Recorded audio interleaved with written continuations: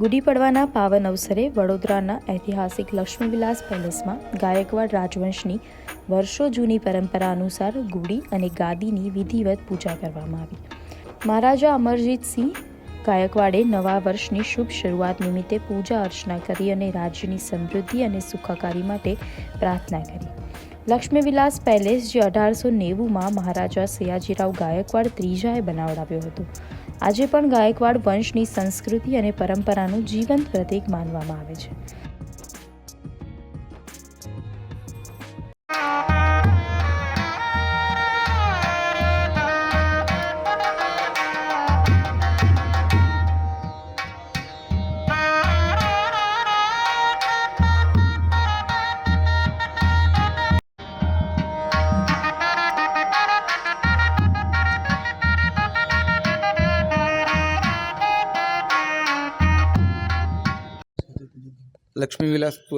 Laxmivilas palace ખાતે દર વર્ષની પરંપરા મુજબ આ વર્ષે પણ મહારાજા સમરજીતસિંહ ગાયકવાડ દ્વારા ગુડી પૂજન, ત્યારબાદ ગાદીની પૂજાનો જે દર વર્ષની પરંપરા છે તે પ્રમાણે ગાદી પૂજન કરવામાં આવ્યું. અને આ મરાઠી નવું વર્ષ હોવાને લીધે આ અહીંયાની વર્ષોની પરંપરા છે, તો ગુડી પૂજન અને ગાદી પૂજન મહારાજશ્રી દ્વારા સ્વયં હસ્તે કરવામાં આવ્યું.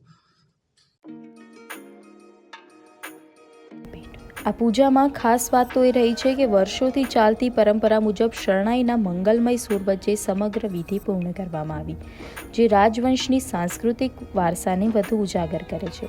ગુડી પડવો, જે હિન્દુ પંચાંગ મુજબ નવા વર્ષની શરૂઆતનો તહેવાર માનવામાં આવે છે, તે મહારાષ્ટ્ર અને આસપાસના વિસ્તારોમાં ખૂબ જ ઉત્સાહ સાથે ઉજવાય છે.